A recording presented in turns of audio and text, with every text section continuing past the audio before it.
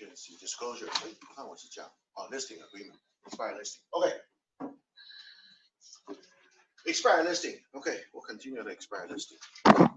If you guys like, farming on expired listing or do the door knocking, do the listing on the expired listing, yes, you could. Then basically, you need to set up for the expired listing on your hot sheet, on the computer MLS hot sheet, because if every day whatever they expire, they'll pop up, just like active on the contract, sales pending, and those are sold and also withdraw or hold. Those are all different status, and also you can set up expire. Then if the expire listing, make sure, I know usually a lot of people will call. I got those expired listing, those sellers, when they just expired before I started, before I put it back on the listing, boy, just please put it back on the listing right away, because I got enough phone call. Tons of them. People will call them. I got enough. Well, those phone calls, I said, well, yeah, that's why, how do those, you cannot blame them. It's just, part of the business. Nothing wrong with it. Everybody wants the listing. Then they already know you plan to sell, but it just happened, did not sell. So, and if you didn't get sale, then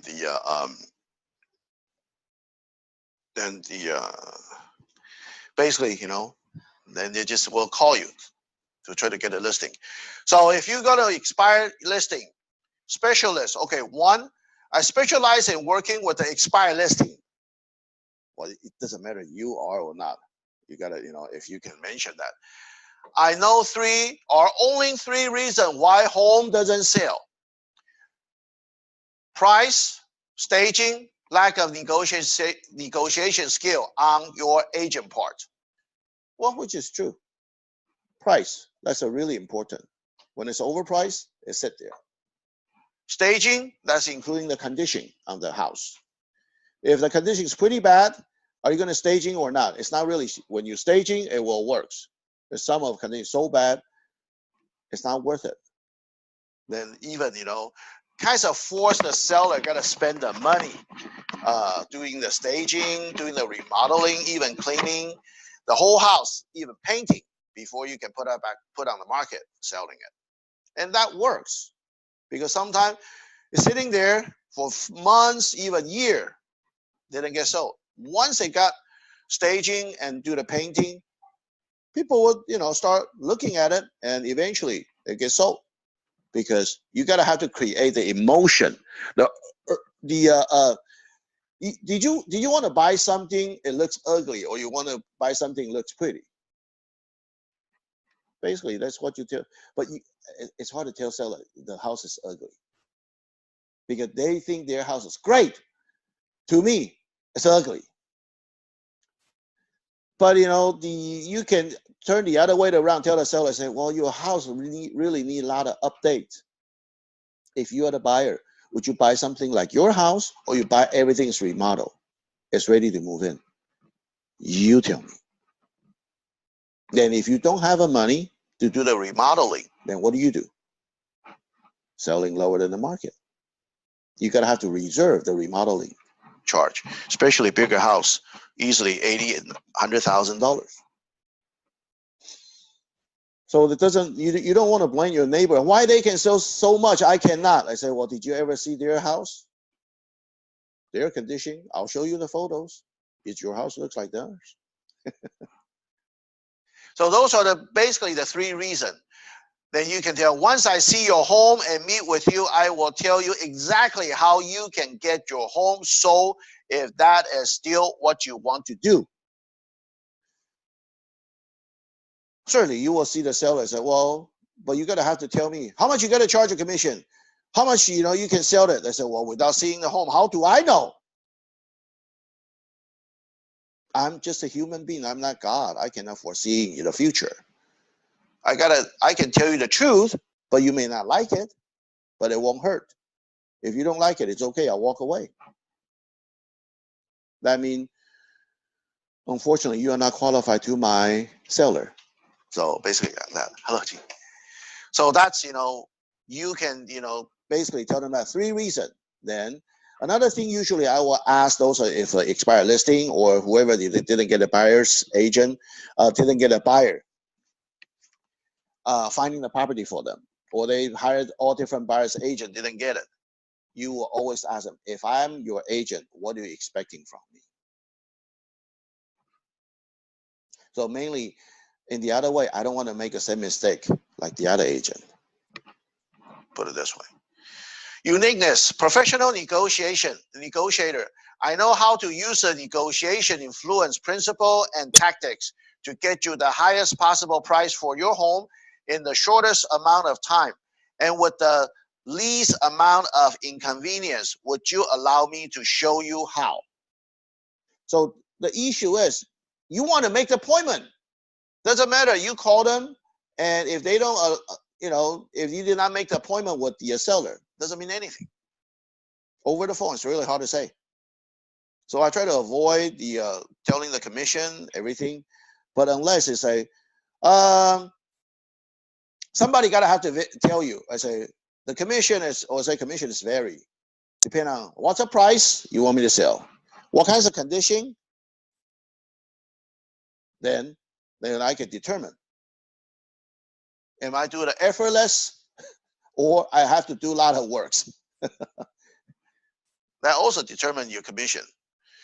So that's what you see. If some of the seller, they rather set the price higher and they reserve for lower on the they reserve for the discount acceptance price. Thank you. So that's that's not really the good way to marketing. Tell you the truth, because I rather sell something no discount. A lot of agents, what are you talking about? No discount? I say, yeah, possible. No discount. You set the price good enough. I can only go up, cannot go down. Or you want to set higher and end up nobody see it. You don't even have a chance. People will ask you a discount. Then you continue, lower the price. Then what happened? When you lower the price, stay on the market. It's the records there.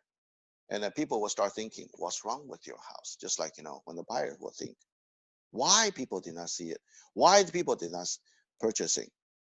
They will start a lot of question mark. Then actually we may end up, with a lower price and, for the closing deal. Contrast, sold in 1 week. I noticed your house was on the market for 90 days. What if I told you I could get your house sold in 1 week? Would you be interested? You gotta have to, for the expired listing, you gotta have to interest them. But you may tell them the truth. The truth may not be pretty. But can you get sold in 1 week? Yeah. As long as the price is right, condition is right, all the preparation you're doing it, the house will sell. Not only that, usually it will sell higher than the asking price. If you set the price in the average, if you look at on the average of a market, usually it will go up. If you want to set the higher side, because usually the market price is more like a range, within the range. On the higher side or the lower side. If you set on the higher side, you got last buyer, not interested. If you set on the lower side, too many, will drive you crazy too. Just sit on the middle, average. It will be fine. And if you sit on the middle of an average price, eventually will go slightly higher than the average price. If you look at the whole market. And also, truthful realtor. I'm the realtor who will always tell you the truth, and I'll be completely honest with you. If I don't think I can get you what you want, I will tell you right away and not mislead you. I assume that's the kind of realtor you want, right? You gotta have to make them answer. They say, because they have a bad experience before. Why the expired listing is because they have a bad experience for the previous agent. With the higher price, it didn't get sold. Sometimes it may not be the higher price. What I did, when I'm the second or even third listing agent, my price actually is the highest. Why? Because I just repackaged the house. Instead of the house is a vacant, kind of, run down, not even painting, I tell the seller, I say, look, why don't you paint it? But I know the painting cost me about $2,000. How about that? I mean, are you willing to bet with the seller? If I sold the house, you pay. 3 months later, if I did not sell the house, I'll pay the paint. You know what? What do I tell the painter? Can you hold on to it? When it's close to escrow, you get paid. I'll have escrow company to pay you directly. Yeah.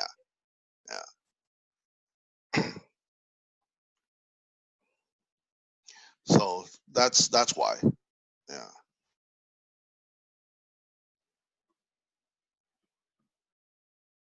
So the then I said, okay, so what happened?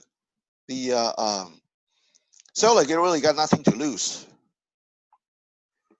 And not only that, I do the staging. Not only I paint it, then do the staging. Who pay for the staging? Seller. And I charge a premium, 6% commission. But you know what? What I end up with is I sold the house about $15,000 more than what they expected after all the cost. Then now he has become my client. I buy more and sell more. That's how you retain your customer, not just one deal. And now he know, James. So want to sell the sell any properties or 6%, right? Yeah, he will mention. And he didn't, he didn't really get it right for the first time. Even what 4% still cannot sell it.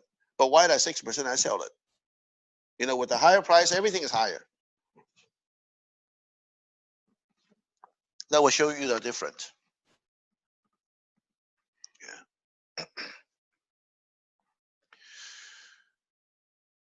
And also, perfect track record. My track record is perfect. I never have one of listing expired. Well, I cannot say that. my track record is not perfect, but it's definitely, I can tell you, way above average. That is something, on the back, I cannot really bluffing on that. You tell them the truth, whatever, it's okay. Or you don't have to mention it, because those are just like in general idea. You can telling the seller. Oh, sorry. Okay.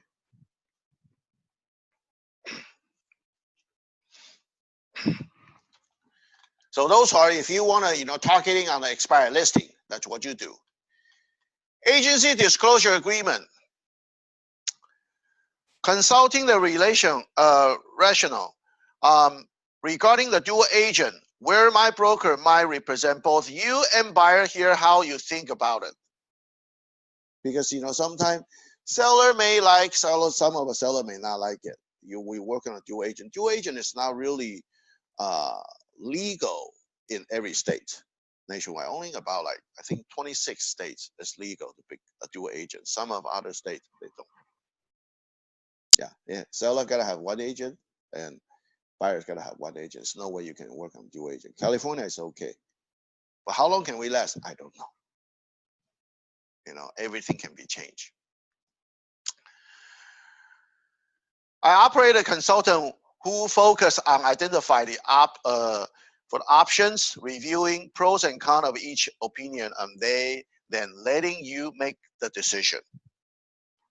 Because when you're signing the agency disclosure with the listing, with the seller listing agreement, and same thing, you tell them and say, I can representing you, or maybe I could representing the buyer if they come over, approach me on the agency disclosure. They just kind of go over with that.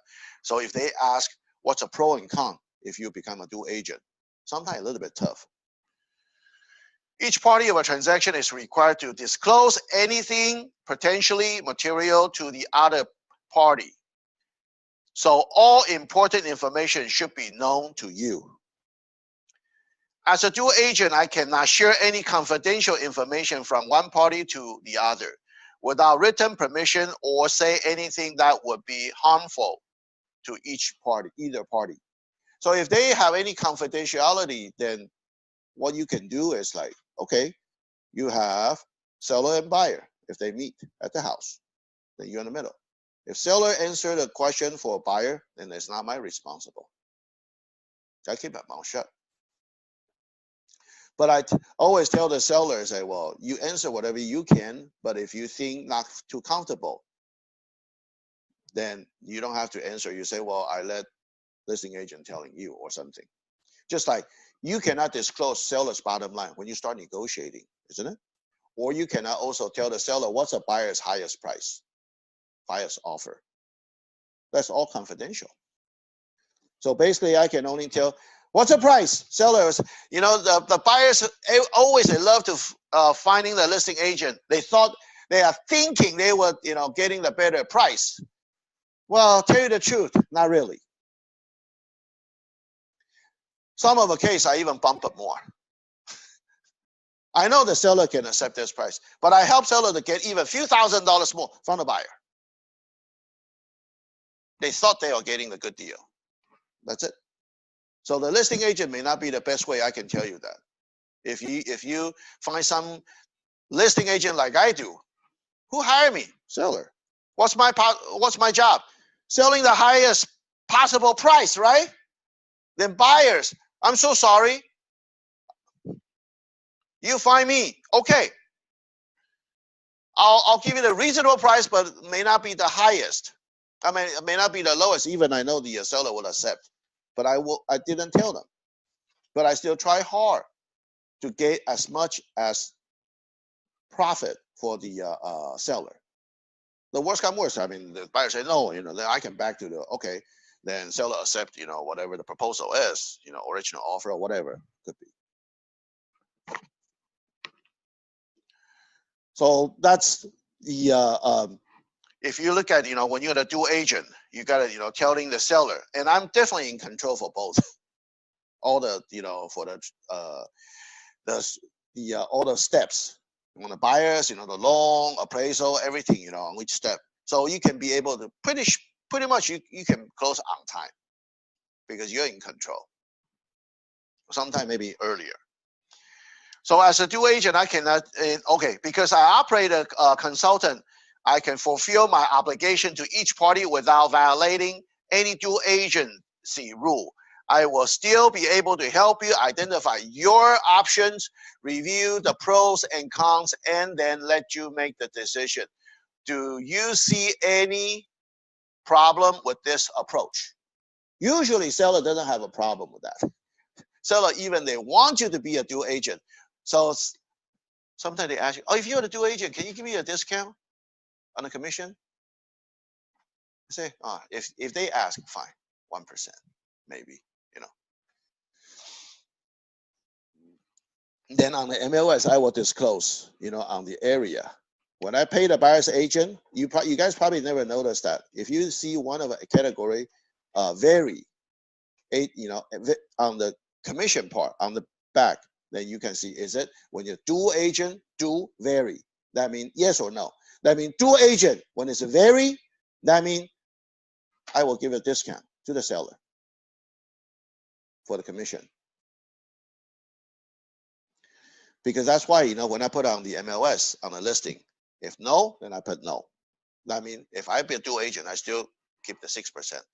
If I'm the dual agent, it's a vary, that means 1% discount, then that means suddenly, yeah, as a buyer's agent, you gotta have to think, oh, okay, if the buyer finding the listing agent, they probably get some discount, but not from, the discount is from actually listing agent's pocket.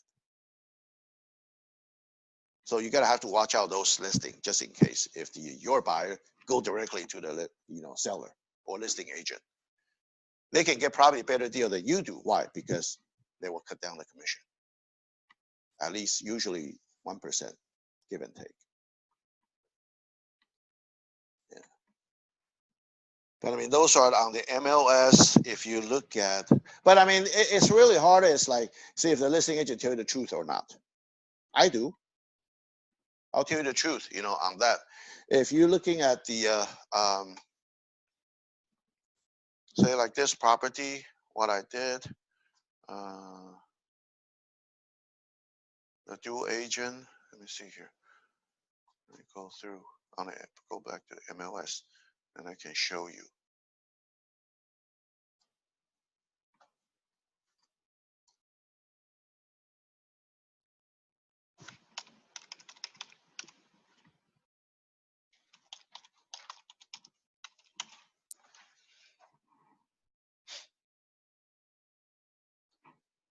Oh,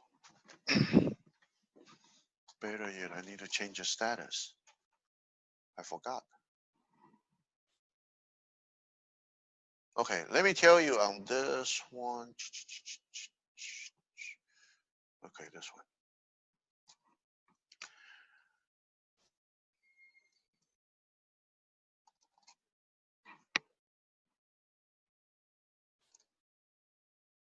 See right here, dual variable compensation. See that? I put yes. That means I will get cut. You see 3% here? Okay, that's fine. But here, dual. Then what do I got? I have to give the seller 1%. So if you look at the listing, if you look at this category, variable compensation. If it's a yes, your buyer finding the listing agent buying it, they may get a better deal. Okay, I tell everybody the truth. I didn't really, hide it or something.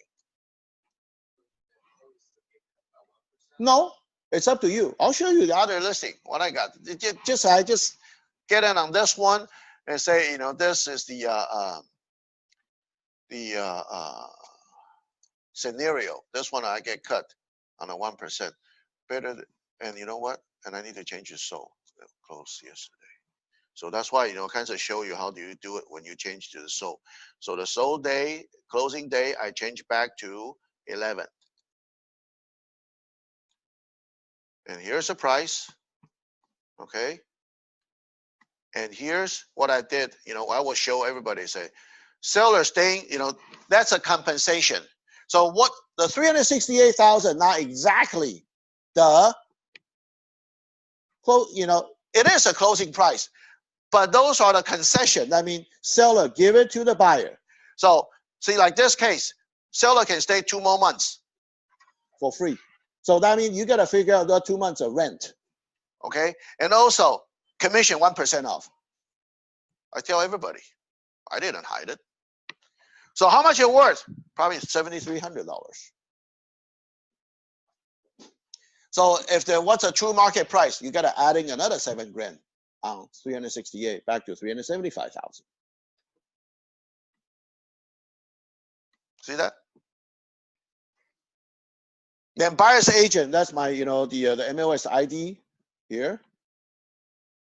Yeah. See the difference? Then once I change it, well, so I click sold, then I can now really say, okay, this is a final. Okay. Buyer's financing, cash to new loan, and it's conventional. Okay. Everything is all set. Then you click close, submit. Then I cannot change anything more, and that's it, done deal.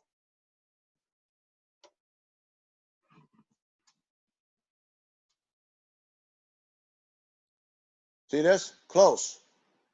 Drop the price. What do I get here? Concession. See that? I disclose it. I disclose it everybody. So if somebody want to challenge me, why you sell the cheaper price than my offer? I say, read it. That's a concession. If instead of the seller pay the rent 2 months, and also on my commission.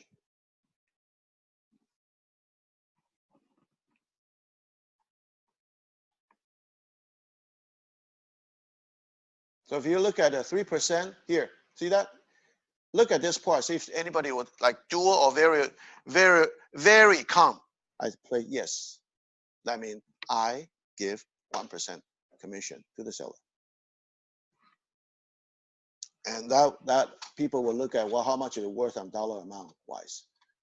Because that particular unit, they can lease for $1,800 a month. 2 months is be working on the 3,600. On the 1% commission, well, another 3,600. Give and take, 7,300.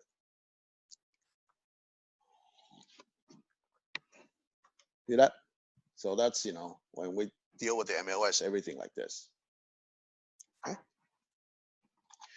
Then if you look at, some other listing, if the seller did not mention, fine. For example, like this one, the unit, okay. Also, it's a 3% commission. See here? No. If I work as a dual agent, I'll get my full 6%. But the case you just see closed yesterday, I only get 5%. Still pretty good, right? Okay, very good, not just pretty good. So that is different. So you can look at some information, on MLS, kind of make the notice on that, what the listing agent will do. But also, you got to depend on if the listing agent tell you the truth or not. I'll tell everybody the truth, what I did. Yeah, nothing to hide.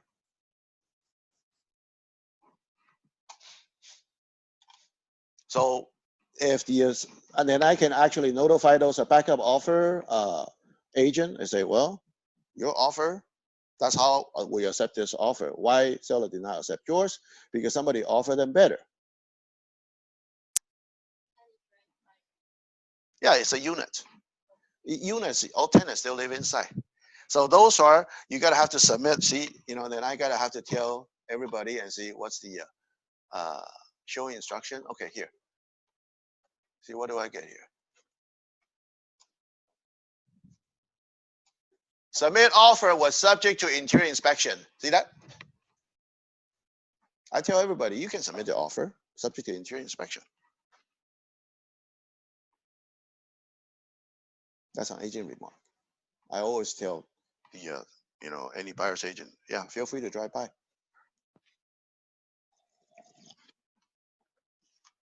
This is a property I told you, for the 4 units one. Yeah.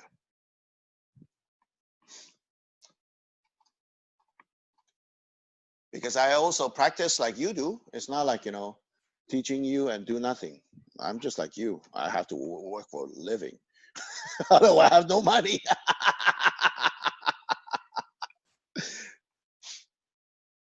So those are, basically what you see, okay, on a listing. Okay.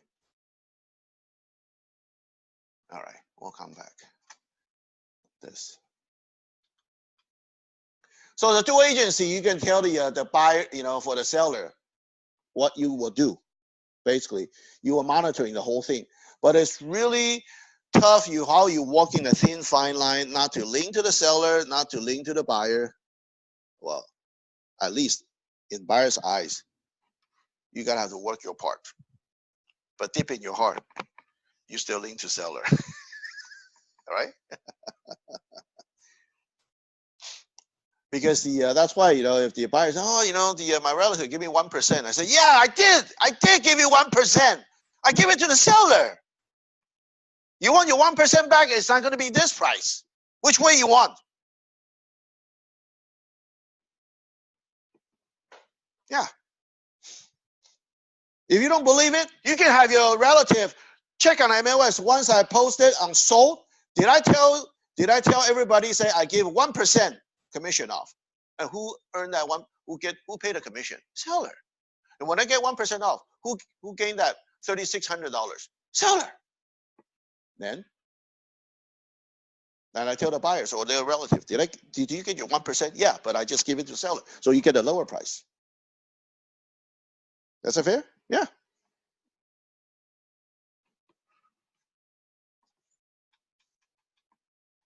I know usually the listing agent would not disclose like me, everything I tell them, for how much I get it concession, how much I give it the credit, and blah, blah, blah, blah, blah.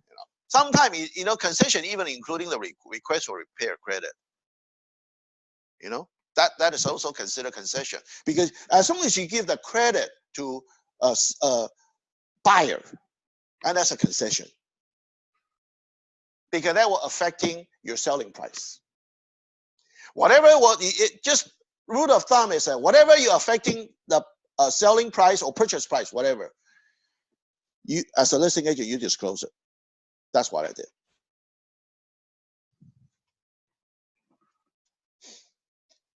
Because that will save me some time and do all the explanation. If there's somebody, challenge me, my offer is higher, why you deny? Well, it is though, because I do have a backup offer, 373,000.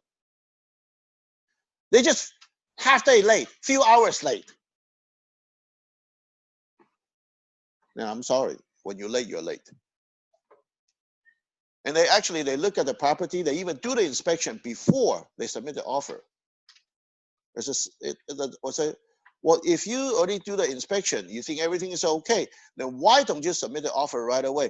Oh, my buyer think about it and end up, the buyer have accident. So it delay. So when they come back from hospital, then we submit offer. I'm sorry, late. Few hours late, it's late. After the seller accept the offer, that I can only keep you as a backup offer. Yeah. So if that agent want to challenge me, then I say, well, please read on my, the disclosure concession, how much you're worth on the current buyer, because they will challenge me 368, 373. That's a $5,000 difference.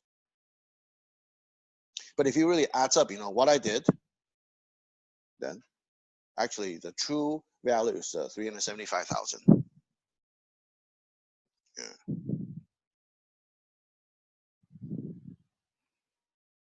So okay, right buyers, rational. By allowing the potential dual agent situation, you bring more potential buyer into equation, and one of those buyer might be the one who fall in love with your home and will be willing to give you what you want. By saying maybe now to dual agent, you keep the door open and can always say no later. At this point, you can't really lose, because when you do the open house at your own listing, are you welcome? The people doesn't have an agent? Sure, why not? But if the seller is not allow you to do a dual agent, you can always tell the buyer, why don't you just find an agent? I cannot do it. I cannot represent you anymore. You can always say no later. So that's for the issue, what you're looking at. If you become a dual agent, then I disclose to the buyers, so do the seller. So both parties will understand. But if you got the multiple offer when you got to come in, that's what I did. What I did it before, I laid down all the offer in front of a seller. I didn't say anything. Which one is mine? That's fair. It happened. Seller picked the one. Well, I know it gotta be that one. Why? It's the highest. Because the buyers, some of them typically, that sometimes you just, you gotta have to draw those attention. Typically, Asian buyer, they think they want to buy. They think they find a listing agent, they will get the better deal. But actually, they pay the highest. Yeah. But on the other hand, they say, James, help me to get it. Well, if you want me to help you to get it, you tell me how much you think you're worth and how much you're willing to pay for. Or you tell me, I cannot tell you, I'm the listing agent. Can I pay $10,000 more? Welcome. Is that what you want to pay for? Then I'll submit. I'll put the offer together.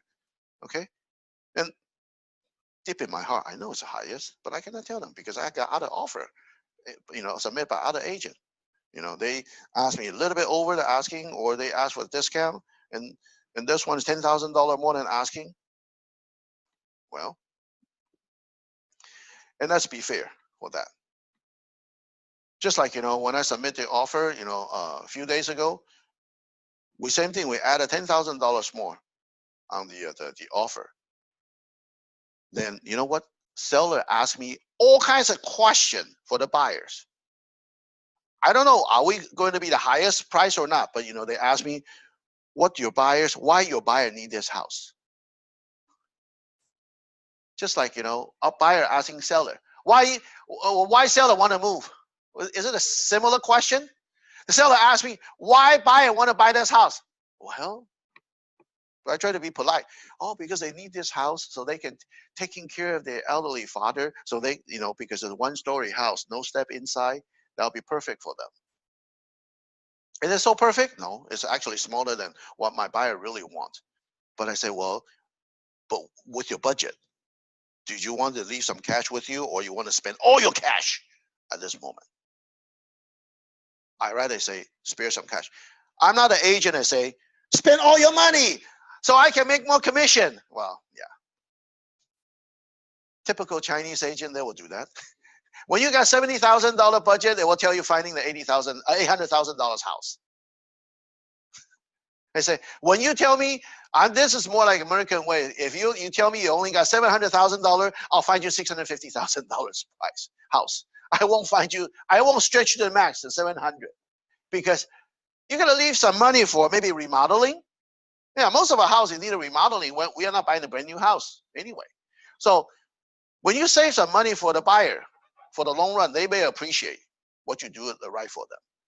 But I know a lot of Chinese agent, that's what I heard.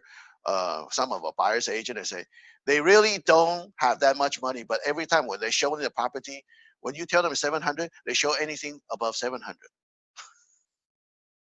Those are the only situation. If I will show them above 700 to 800,000, it's because if you cannot find anything you like under 700 within your budget, then not much I can do. Can you raise your budget?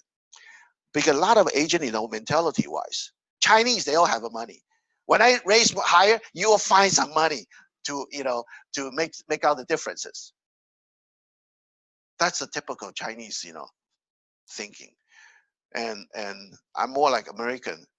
You tell me what's your budget, I'll find you anything lower. I say, don't you finding higher ones so you can make more money? But yeah, I could. But I'd rather you thank me later or piss me later. Because I'm not just earn your business at this moment. I want to earn your business in life, your whole life. And that's a long run. That's how I stick with a lot of a seller or buyer. They stick with me. It's because I tell them the truth. Sometimes I think I'm really yelling at them, but on the other way, I kind of argue with them. Yeah, I would. So other trade negotiator, actually dual agent in this case can be great thing, because we were dealing with other agents who have been through negotiation training. We will dealing with another collaborating negotiator who will also want to create a win-win outcome for all parties. Because remember, see the deal, what I deal with that, why I offer them the lower price with the including the rent, because a buyer, I know they have a limited and they want a good deal, good price. When you want a good price and good deal, then what do I get? Give and take. Seller want to need a rent back maximum 2 months. Then I say, well, if you want a good deal, why don't you throw in the 2 months for free? Let the seller stay. But you know what? A lot of buyers didn't click. Oh yeah, why not? I think they can stay 2 to 3 months. Come on, who is paying the mortgage and HOA fee and property tax? I mean, they click after the open escrow. Oh, wait a minute. Yeah, I need to pay the mortgage after closing. They didn't really gain better price, but too late. You're the open escrow, unless you can cancel it, and they got limited budget. Those are, you can kind of, you guide them to the way you want. You think They make their own decision. But actually, I'm put like more like a carrot. Come over, like this. And they actually, keep on going the path and lead them. They think they made the decision themselves, which is true. I didn't tell them that, but I just kind of give it indirectly, the the idea. Oh, you want a good deal, but why don't you, seller need to rent back? You want to get me something for free? That's an option. Free stay for maximum 2 months. They say, oh, but I cannot, you, can I have my relative submit the offer? Sure. But why you approach me first to begin with? You should tell me begin with. Then I will not disclose all the information to you. Do you think you will get it? Probably not. Because I rather work on one side and get my 3% commission for one side of a responsibility instead of I have to work on the both sides. Okay. Then you want 1%, yes. Because that 1%, I will give it to seller, not you, because I'm the listing agent. But you representing me, yes. You still get your own benefit, but that 1% to the listing agent. But I can pretty sure if that's the price, you find your relative to submit the offer, you won't get this because I would accept the other offer. It is right. I tell them and say, well, I got a 377 initial, offer. Do I have a counter yet? Not yet. I can easily push to 375.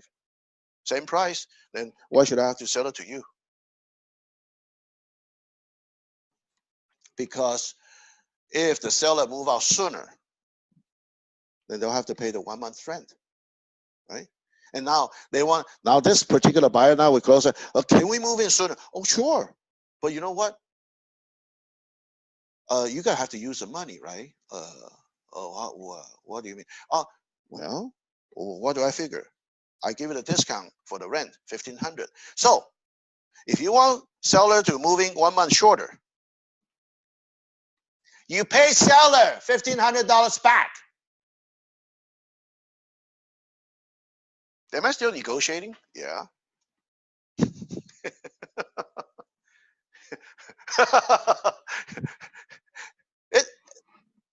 Do I get any benefit? Well, no, not really, because I help seller to buy another house. So that's why they rely on me to, manage the whole thing. I'm more like, hopefully I'm to be their agent for life because they have other property too, and the other, 2 or 3 more property in Orange County. They are thinking to selling it. Who's going to be the agent?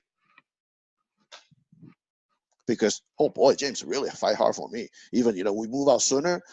If that's the case, because I tell the buyer, try to be fair. If the regular offer, seller pay the rent. If they move out sooner, they just pay 1 month rent instead of 2 months.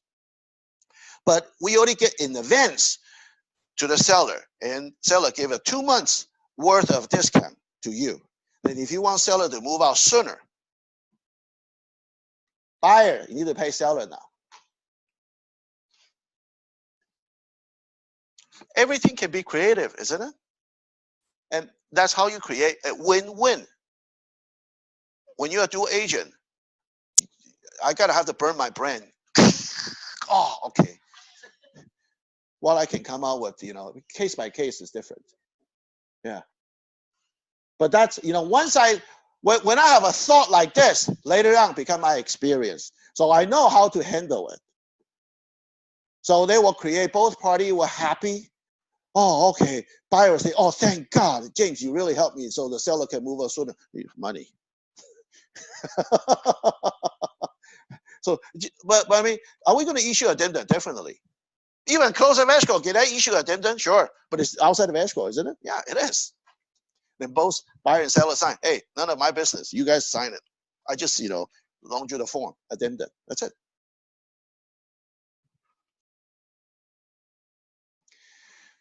Okay, the MLS profile sheet. Don't just list the feature. Now we're talking about the listing now. Okay, the MLS. Use this space to attract buyer to home and influence initial offer by drawing out emotion and staging desired terms and conditions. Why they're saying that? Especially when we do an MLS on the description. You gotta have using the words. So that's why we gotta have to study. If you don't have time to study, fine. Study more on the listing, on the computer, MLS. See how those agents were wrote. Okay? Using those wording, not just describe. We can all tell everybody, hey, 4-bedroom, 3-bath, and 2-car garage. That doesn't mean anything. What you have to emphasize on this, I say, okay, put it this way. When you see a huge patio in the backyard, can you imagine? Okay, huge patio. How huge? So you gotta have to give it an emotion. Like what? Huge patio for family and friends gathering. Something you gotta have to add it behind. Or you got a huge backyard. Your dog will love you. Well, because the dog is running around. Or you have a dog cage, like a side yard. Something. You gotta have to, emotion. That's what you adds up, for the wording. If you don't know how to do it, it's okay. You look at all Caucasian. Same thing. I learned, read on the books. Actually, they do have books, for just wording. Used to be a long time ago when I started, I do buying those books because those are never changed anyway. For all the wording or a remodel kitchen. A remodel kitchen. Well, so what? A remodel kitchen. Yeah. You can say functional remodel kitchen or press or so actually you will entertain. Okay. Why you cooking with your guest? Something like that. You gotta have to create the emotional. Because if you got a rundown, kitchen, nobody really want to stay in the kitchen, right? Yeah. So kitchen, if the remodel kitchen, sometimes can be a focal point while you're cooking, and the guests can come over, have a drinks and chat. Everyone was staying there, gathering around that area with an open, functional open kitchen. Sometimes when you got to open to family room, that's easy. So when you see the house on the floor plan, you got to be creative. So sometimes I know I took a lot of photos when I do it myself, took a lot of photo. And when I put on a listing, then I got to have to think.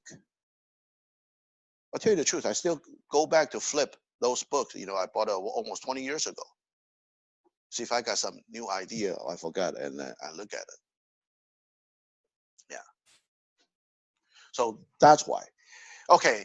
And try to appeal to possible self-interest reason for a potential buyer and bring out emotion. Located near school, shopping, expressway. Quiet cul-de-sac lot. Entertainers delight. So it could be a remodel kitchen, entertainer delights, or gourmet kitchen. Instead of remodel kitchen, yeah, big deal. You're adding a gourmet. Even it's not remodel. Then what do? The kitchen is really nice, but it's kind of old. But it's a nice layout. Cabinet is not really new, but it's a gourmet kitchen. You gotta have to using the word like this. Prestige gated community. Resort style backyard. If your backyard is so pretty. So you gotta have make sure you have people reading those words and have a picture in their brain. So that's why if you could, I always tell them, say you read more books rather than you watch more TV. Because when we watch TV, our brain will not think. Well, because we already got an image. It's just that image back to our brain. That's it. I don't, certainly when you are tired, it's okay. You watch TV, you don't have to use a brain. Why when we read the books, we'll get hungry? Did you ever thought about that? Well, especially as a student, right? When you study a long time, boy, I get so hungry. Why? Your brain is working. But when you read the book, same thing. Your brain's still working to create the image. So that's why whoever want against the Alzheimer's disease, read more books. Because you keep on working with your brain, getting the image in the brain. Okay. And that's how that happened. You put the wording and create the image for those buyers when they read about your description. Room to expand for growing family. I say, okay, 3-bedroom, 4-bath, or 4-bedroom, 3-bath. So what? Okay. Bargain price. Well, those are, we're not. Landscape is envy of neighborhood. Premium location in neighborhood. Respected community. Best value in neighborhood. Well, I didn't really say best value in neighborhood. That's a good one. But I mean, if you look at it, like premium location in neighborhood. Okay. Or if a landscape, some of the landscapes so pretty. Like the one, when we submitted the offer a few days ago, the house is small, but their landscape is great. It's pretty. And actually really catch my buyer's eyes. Landscape, because why? When you look at a landscaping, you can actually you can projecting the seller. What kinds of seller? If you got a rundown landscape, this seller, I don't think it can be, maintain the interior either. Most likely. Because the landscape is what? Your first impression. When you drive by, that's a curve appeal, right? When you drive by, ooh, this house, I don't think I want to buy it. But if you see all the lawn are green, they didn't really do much. But the house, we actually submitted offer, it's a corner lot. It's a huge front yard. Looks like it.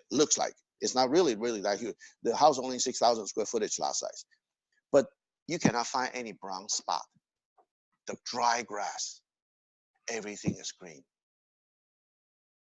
If you are so lazy and just when you're listing a house and it just happened, the grass is great, but if you got a couple brown spots, you know what you do as a listing agent or you tell seller? What you can do? Paint! That's it! Paint it! That's how usually when we look at a Bangkok property, all the grass all die, but the grass still there, okay? But what they did, they paint the whole front yard to green. So when they take photos, looks nice. When you get there, oh, that's a paint. But they only get you there, isn't it? Yeah. 什么叫相片？相片嘛，好，照片，照片，照的片。Yeah. Same thing. Yeah.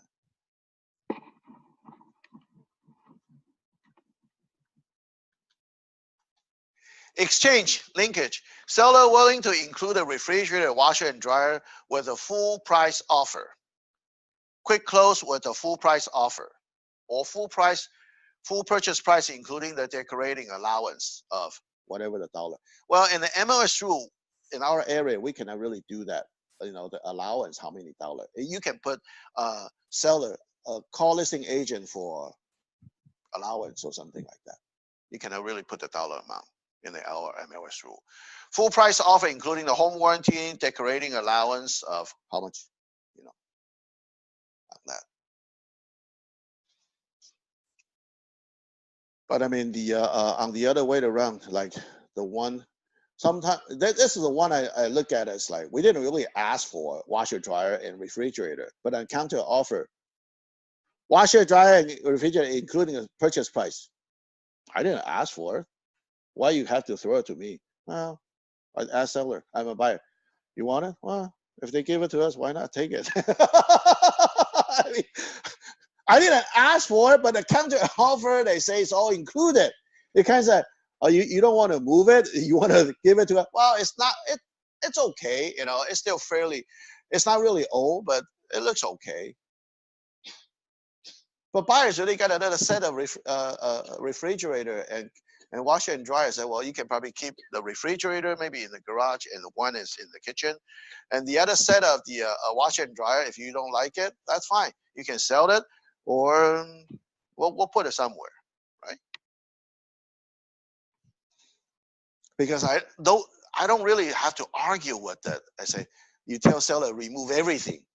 Obviously, seller doesn't want to move that. I don't know, are they intention to give it to us or they don't want to move? That's why they leave it to us. Or maybe some other offer, because when they counter, it's a multiple counter. So somebody maybe counter with the washer and dryer refrigerator, and they just put all the same, because what happened is they put the highest and best offer. But when we do the highest and best offer, actually before they put the highest and best offer, I'll add another, originally we're adding 5,000. Then we later, 6,000. Later on, we add another, no. We're adding 5,000, and then I say, wait a minute. I tell the buyer, say, I don't think we can have a chance. What's our possibility? I say 50-50. Oh, what do you think we got, better chance? We give me another 5,000. So they thought about a couple of hours. I said, okay, fine. Let's do another 5,000. So what I did is change a buyer's counter, for adding a 5,000. But when the seller counter back again, then it's like, okay, highest and best. Okay. Then with the highest and best, I tell them, I say, well, why don't we just give in another, no, I'm sorry. Originally, we only give it, when the seller send us the highest and best, we only give it $1,000 more than our offering price. Well, we already given, over asking to begin with, for 5,000. So I say, well, husband, they say, well, we want to keep the same price. I don't think it's a good idea. Why don't we just add 1,000? I didn't tell you add more if you really want to keep the same price. We'll just give it a 1,000, at least show our sincerity. So then we're adding 1,000. Then after, then we look at the other house, when the same area, we look at it. I don't know why some people, they have a tendency. When I show you the best, everybody has an offer, multiple offer. When I show the second best, nobody has offer. Why? Because the second best. When they look at the second best, the offer we push in, they say, well, I think if you really want that, then we better add more. I say, how much you think we'll get it? They say, well, give it another 5,000. So that's why I change the buyer's counter for another $5,000, and we get it. Then just like a seller asks why you want to buy this house and how they just have to tell them a story. Okay. I say, okay, I guess this is a nosy seller too. Yeah, they want to, because they want to, first of all, they ask, are they an investor or they want to own or occupy? Are they planning to live there? Because some of a seller, they may not like to sell to the investor, no matter how much you pay for them. I had the issue before. It's like they don't want to sell to the investor and they don't want to sell to the cash offer. Even the cash offer is the highest. They don't want to sell somebody paying all cash. Why? Because they think you're damn Chinese. You think you got lots of money. And that Caucasian just don't like it. Okay? You show you have a bunch of money. I just don't want to sell it to you. So what? It's my house. I had those experience though. So actually, why? Because my buyer is financing, and we're not the highest. We beat the highest, but that's all cash. I said, how can we do that? Oh, seller doesn't want to sell those, cash buyer anyway. I heard, from listing agent later on. I said, wow, okay. So that's how anything could happen. Don't argue with that and say, well, why they selling with the lower price or what situation may happen. Even, when we offer a higher price, why they sell it cheaper? It could be the other buyer with a lower price, they offer them something to the seller, or maybe they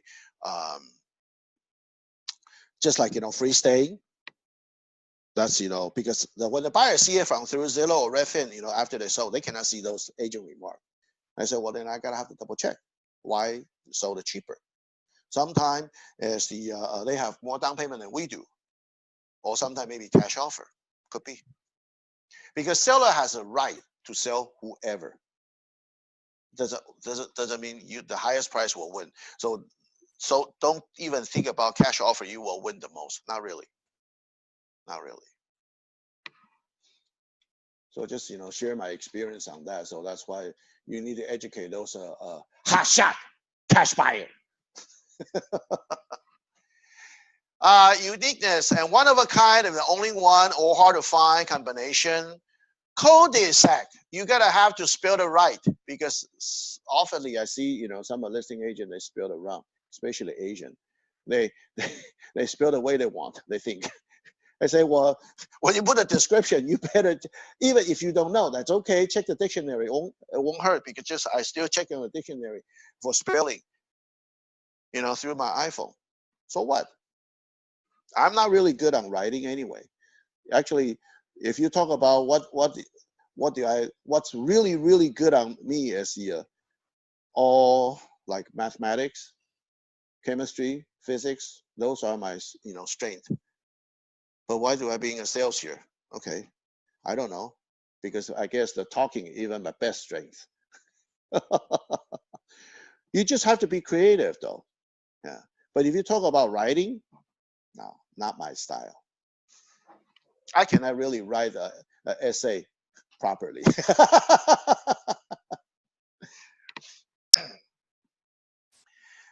So if like not your average 3-bedroom, 2-bath home, you're just adding 3 words and make a big difference. 3-bedroom, 2-bath doesn't mean anything. Not your average. Same thing. So some of our agent, they do their slogan on their signature. Not your average. I can say, not your average agent, James. On your signature part. Yeah, I see someone do that. Not your average.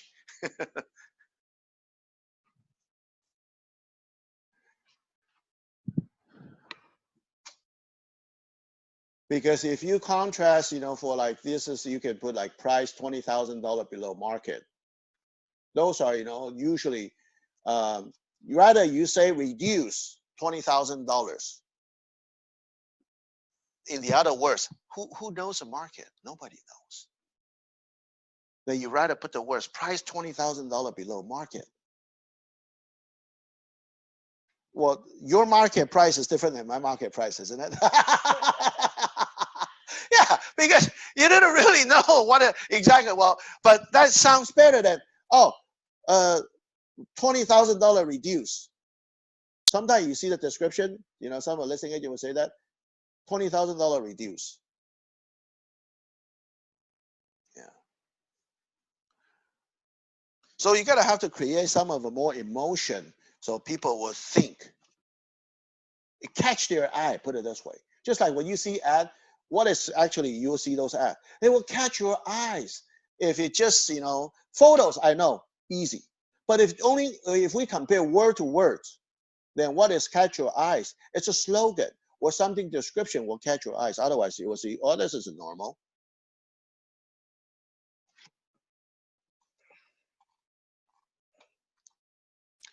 Okay. Buyer's broker agreement. Now we're getting to the buyer strategy now. Any question for the listing? Those are pretty much the listings. But certainly those are just, for in basic. You still have to be more creative. But those are, you can use a combination. Basically, that's what I'm telling you. This is a basic strategy. But when it's more, that's what I'm telling you. It can be creative for everything. So you just have, you put into practice. Just like, I share my experience. You tell me your trouble, your questions. So I will learn from you. Because you make me think. If I get into your scenario, what do I do? Well, it is though. I'm learning. I'm still learning every day. That's why you can grow because if you keep learning, I'm more like a sponge. I absorb all you guys, even coworkers' question, and make me even better agent, isn't it? Then I share with you other people's thought, what I learned from other agent, or when I go to the training. And when I talk to, some of the top agent or experienced agent or whatever the trouble they may have.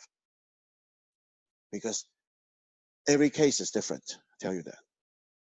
Yeah. None of a case, well, sometimes I gotta thanks, none of my case is easy. Almost none of my case is easy. You always have some stumble, some trouble, some bigger trouble, some smaller trouble. But I'm still learning on every case. Don't think you know everything, especially for those people just get licensed. Boy, I know everything. No, you don't not you know nothing. When you get your license, you know nothing. If you think I'm still learning, what do you think? You just get into the field on a career. Definitely, you gotta have to, work even tougher than we do. Yeah. So, what if the seller counter says they need you to stay for free 30 days? Uh-huh. Could we counter back say after 30 days you gotta pay like amount per month? Sure. Do we need to sign something to make that effective? Sure. First of all, you can put in for the if it's for free, I probably won't issue anything. Or if you want, because it's free, then it's not really considered lease. Then what do I do? On the purchase agreement for COE after plus how many days seller move out? Remember that the purchase agreement usually when we get the key, how many days? Or same day after close escrow or plus 3, right? Then what do I do for 2 months? 60 days. Is that so hard? That's it. 60 days. I mean 2 months, right? So not only buyer no, lender no, escrow no. Did I hide anything? No. Everybody on the same page. I mean, if after 30 days, then If you want to charge them, yes, you can issue. You can issue the lease agreement, residential after sale, residential lease after sale. That's a form I call. Within 30 days, we issue the form called seller in possession (SIP). Then if you like more than 30, huh? Seller in possession. That's the SIP stand for. The form they call SIP. Then what you tell you the residential sale after sale. A residential lease after sale. That's a RLAS. That's the form called. Yeah. Okay, seller in possession because that's a 30-day. It considered short term, short time. So basically, you tell is go day by day. For example, I charge you how much per day. Okay, that is something in the form you can put it out. Okay, so you put it. So how much? So if they move out sooner, so you pay. So it's like okay, they will probably if that's a situation, you will leave some money in the escrow, for example, or they will figure out how many days that you pay the buyer extra. But when you talk about a residential lease after sale, that we calculate month to month. That mainly is the difference. should these please with your purchase agreement or after? This I was submitted during the escrow. Why? Why do that? Why I don't submit it in the beginning? Don't know. Because I want to get the deal first. I don't want to create more trouble. I actually you offer that. I say you can put an addendum. Make it simple. You don't have to submit the full form yet. So make it simple for addendum or counter offer. I say seller would offer the how much to the buyer. Just like when I counter that scenario, when I counter the other buyer before the offer, I say, well, seller will pay $1,500 per month, maximum stay 2 months. On a counter offer, that's clear enough, right? I mean, 1,500 maximum 2 months. Then either you get 1,500 or whatever in between. If we move out in time. So the those are I put in a counter offer. Then actually lender would know if they financing. Why? I don't want to do anything more than 2 months. First of all, I gotta have to give some urgency to the seller. Second of all, why I cannot allow longer time? Because then if the buyer they are owner occupied loan, most of a lender they can only allow them maximum 2 months seller stay. Because the owner occupied loan is not investment loan. Investment loan you can stay as long as you want. Nobody care. But it's a owner occupied loan, maximum 2 months.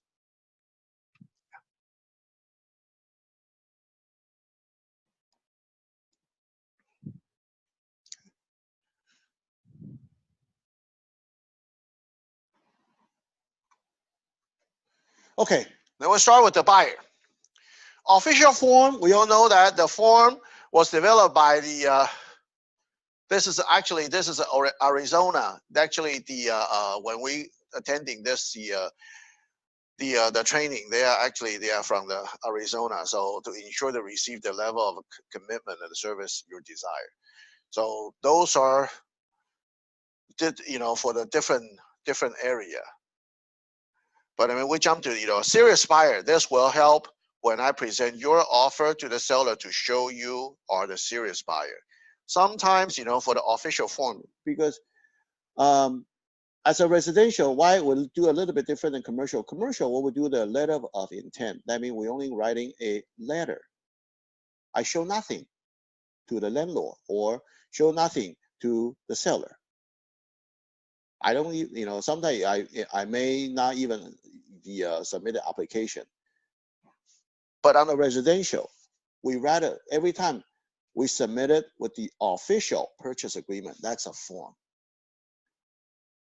That's a difference. That's why we always submit it for the purchase agreement, because you show the seller you are sincere. I mean, you could talk to the listing agent what price you would offer, but we do it differently than commercial property, as we submit the purchase agreement to begin with. It's not like a commercial property. Seller issue the purchase agreement after we both are agree everything. Then seller issue the purchase agreement, or seller issue the lease agreement, just like on the rental. Yeah. So. And also retainer fee waiver waived. If you sign this agreement today, I will waive my $500 non-refundable retaining fee as a show of a good faith. That's a buyer's broker agreement.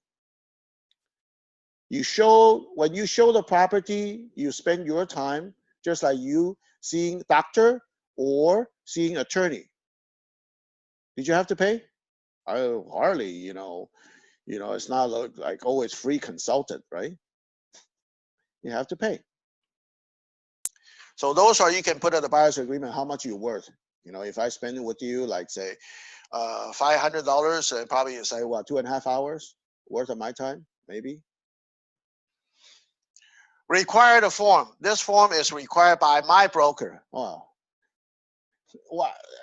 some of the state you can probably do that. A buyer's agreement, you just throw the buyer under the bus. You just make them to sign. But I mean, when out of state, it's easier to kind of force it because they've been educated. But in Southern California, unfortunately, most of our buyers did not get educated for that, signing the buyer's agreement. But you could, if you sense this buyer is not so serious and they may run you around, then you make them sign a buyer's agreement. Even 1 week or few days, because make sure if they're willing to sign, at least they have more loyalty. If they are not willing to sign, you don't expecting much on those buyers. Fairness doctrine. It's only fair to both of us that you spelled out how we work together. Don't you agree? Just like you hire the plumber, AC contractor, they don't come out for free to check on the item for you. Yeah. So basically, same thing. Why we have to work for free? That's the same scenario. But unfortunately, we are afraid to ask to signing the buyer's agreement. But also, take, will take some time to practice how you can retain or attract the buyers. Because if someone talked to me over the phone, I'm pretty confident they will go with me. Then if you have those confidence, you don't really need a buyer's agreement. But tell you the truth, I haven't signed any buyer's agreement yet. Even I taught you guys how to do it, but in the reality, I haven't practiced myself yet. I may practice, but I don't know when.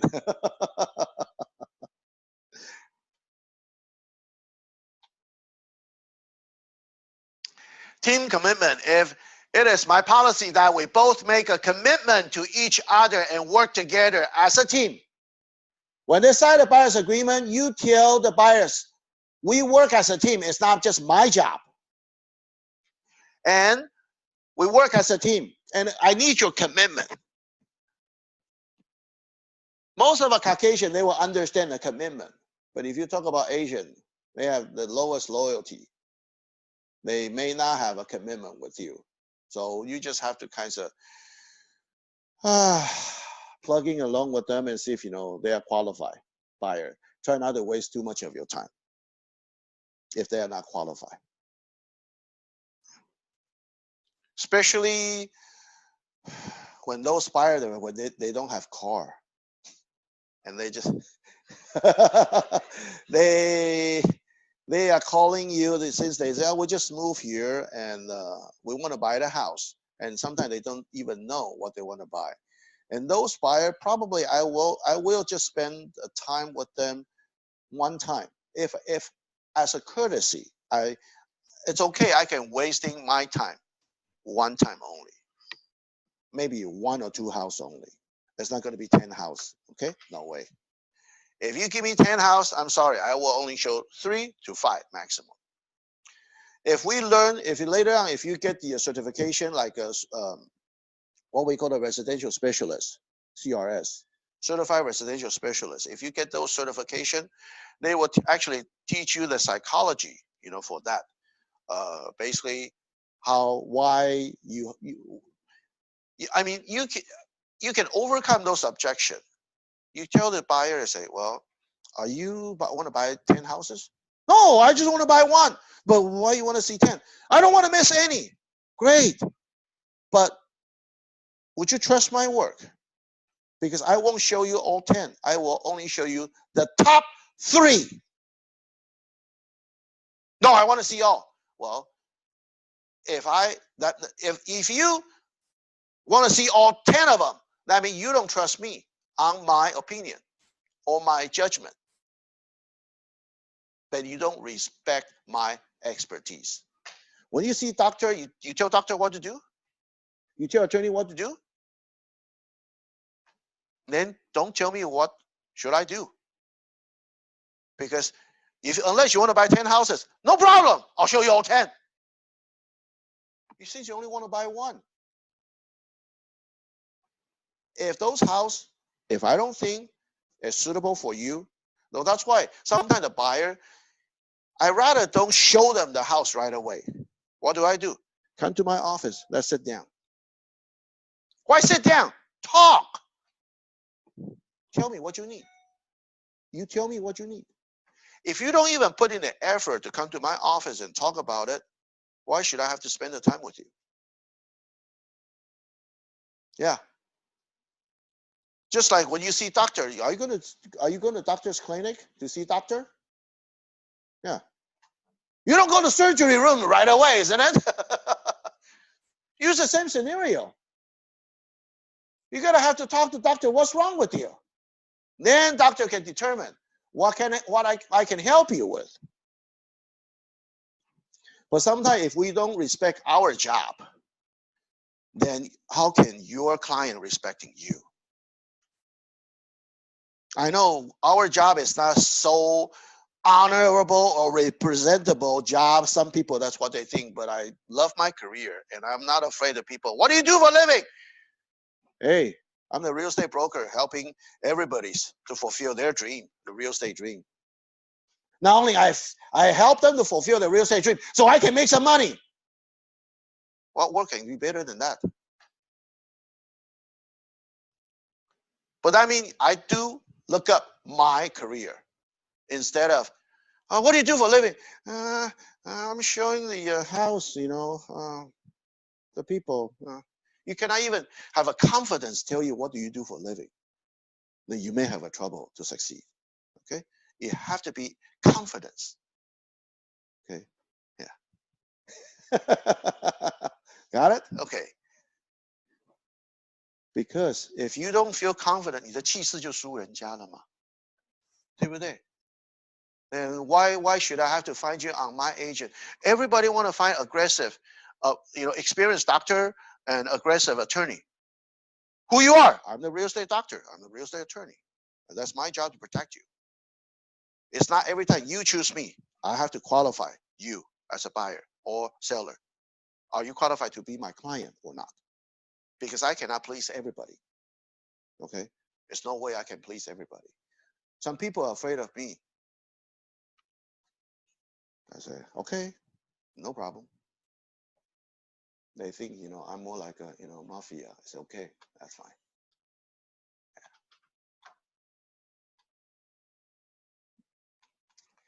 And also the thoroughness and doctrine. And some agent try to get by with the least amount of paperwork possible. I believe it's being thorough and in marketing, making sure I understand exactly what you want me to do for you. That's why I always, they say, you gotta have to ask your client, what do you want me to serve you? If I'm your agent, what are you expecting from me? Same thing. This way I can be sure I get the very best result, because everybody's need is different. Especially when you are doing a listing presentation, buyers you probably not, but that's why, when Quan actually telling, ask you guys, if you train, do the training, or usually when you see buyer or maybe seller, how many percent of a conversation you talk about a house and other thing? Especially when you are nervous, you have a tendency to keep on talking. You know what? I watched the Japanese soap opera. Actually, it really teach me one thing. It's a headhunter. Okay, headhunter 都就是帮人家找工作跳槽的那种 headhunters. Okay, they try to find somebody very skillful employee, and they want to find them because they've been hired by other company. They try to see, I really want to appoint this guy, come over, and you do the communicate with them. So they will, the headhunter, they will get the referral fee from the company, whatever they hire.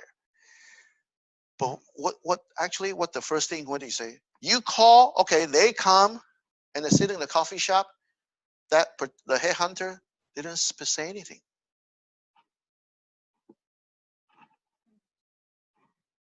And you just have to wait. You wait the other, for the party, the other party say first, not the headhunter. Why? Because psychologically, who speak first, who lose. Just like, when we tell seller, answer all the question, especially you tell them, here's a listing agreement, you sign. And you hand them the pen, and what do? Keep your mouth shut for 30 seconds. That's why I tell you that 30 seconds is long. You watch the seller, and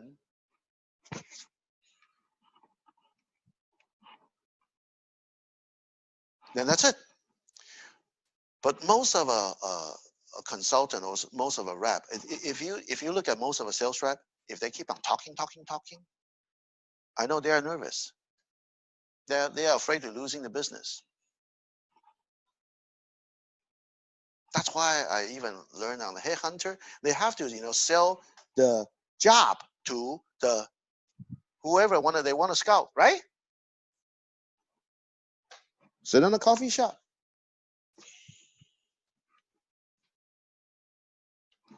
And smile. Nothing. Talk nothing.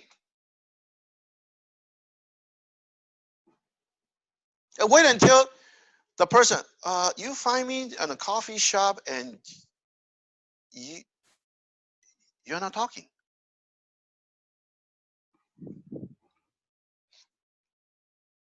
That's why, I say, the first thing he will actually say, do you want to know how much you're worth? Same thing. I would ask you how much you're worth. Did you ever evaluate yourself? How much you're worth per hour? $10, $15, or $200? Your choice.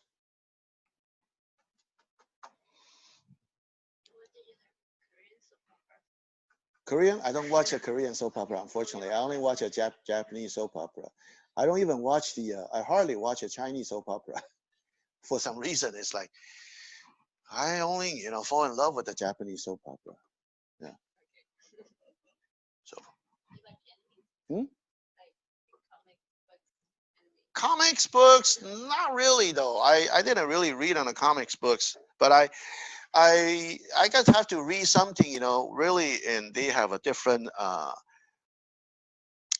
subject. Sometimes I love the Japanese one. Certainly, soap opera is not that long, 10, 11, you know. Um, then will be finished the whole story. But every story, I just like to see, they have a different subject. I don't really have to watch every time. Love story. Oh, enough for that. If I want to get entertained, okay, I want to get educated too. So even when a soap opera, I can learn what is the best for me. What should I learn from them? That's why I say I'm the sponge. I learn from anything, anytime, everywhere. Yeah. Okay, I'm worth it. My fee is X% of a normal coverage by the seller's agent. And I'm show you on each listing what are the seller's agent is going to pay me. And in most cases, it will be sufficient. If the seller's agent is offering less than my normal fee, we can discuss various ways to try to get the seller to pay the difference. In the worst case, you will pay me the difference of a closing, but it's not likely to be more than $1,000. And if you don't think I can this fee or save you at least this amount of money, I'm certainly be willing to discuss further with you. My goal is always to have my clients 100% satisfaction. So basically, you have them to sign a base, say for example, $1,000 agreement.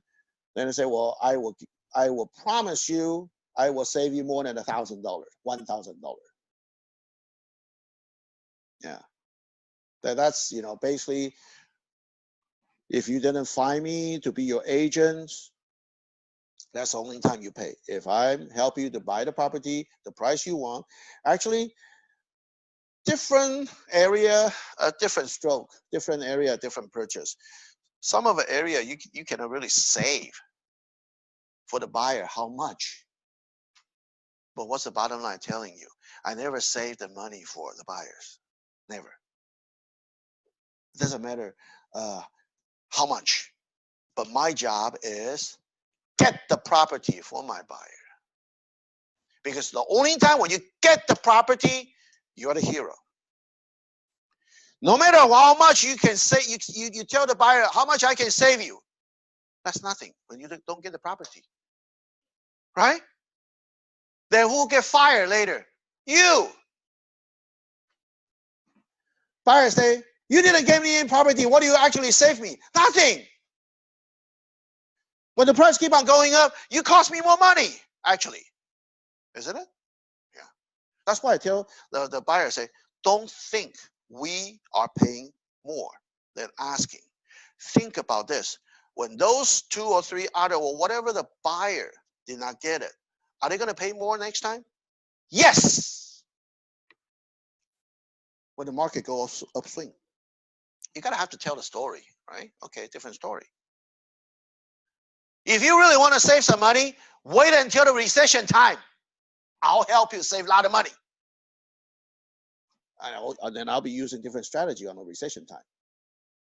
Because we've been through that. I've been through the roller coaster before, so I know. Okay, you guys haven't been through a roller coaster, but I do. Okay, if you've been through that, you can survive. You got it. All right. Upswing, survive, nothing. You gotta have to go downswing when the roller coaster is going down, and you can still survive. Great. That's why I'm telling you, if you look at the license number, we don't really have too many. If you look at it, mine starting with a 003. You don't see many, or very, very, very, very few. 014, 015, 016, 017. Why? And when you see a lot, 018. because that's when it start come back up. Where's those agents? They're working for someone else on a steady salary job. I can tell you that in a 014, they get their license. 014, they probably can see some of them. Okay? They will come in on 2004, 2003 or 4. Okay?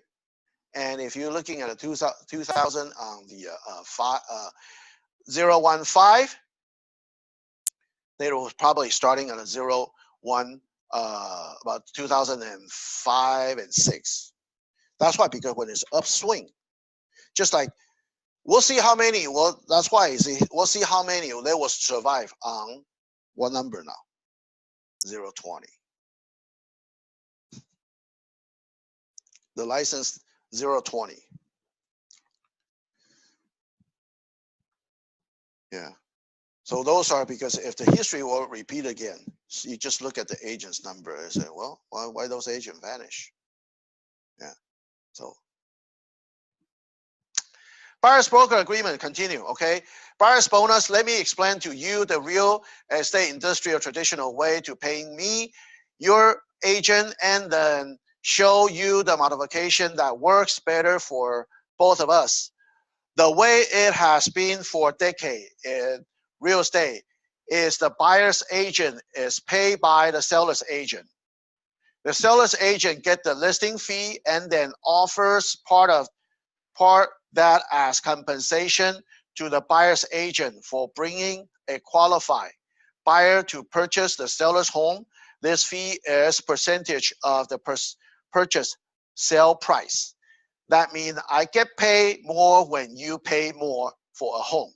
You as a buyers want to pay less amount of money. Yeah, usually most of buyer. You can get home you want, correct? So my traditional compensation plan for the opposite. And what you should do, here is my fix that. For every $1,000 I save you off the listing price, you give me whatever percentage, and you keep the remaining whatever for yourself. That's the way the compensation is truly aligned with your obligation to get the lowest price at the home. And when a recession period, you can probably ask even more bonus for that. Buyer pay you, not just a regular, not just a sometime for the regular commission, you can even ask more bonus for that. Just like when you ask a bonus from seller. When I'm selling higher than asking, what should I get bonus? Well, on the other hand, for the buyer, if I can save you more money on the purchase, what do I get bonus? Just give you the idea. Right? Okay. Okay. Okay, let me see. Yeah, I can finish. Okay, we'll stop right here. We'll continue on the buyer's broker agreement on the Tuesday, following week, not next week. Okay, Tuesday. That is on 24th.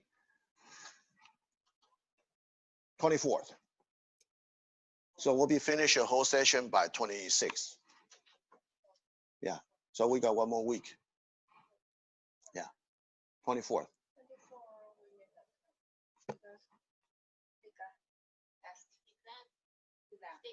Okay, great. So the that's good. So we got actually more like a 1.5 session or the 2. Probably I would say 1 to 1.5 session we'll finish up on a buyer's agreement, because usually buyer listing got more strategy. Buyers have to be more creative. Those are just telling you the basic. Yeah. So we'll continue on the page 76, and we'll be finished on total. As you can see, that 78 will be done. So probably, yeah, one more class. Yeah, could be one more class. I may finish. Yeah. Okay. Have a nice weekend. Thank you for coming. Yeah.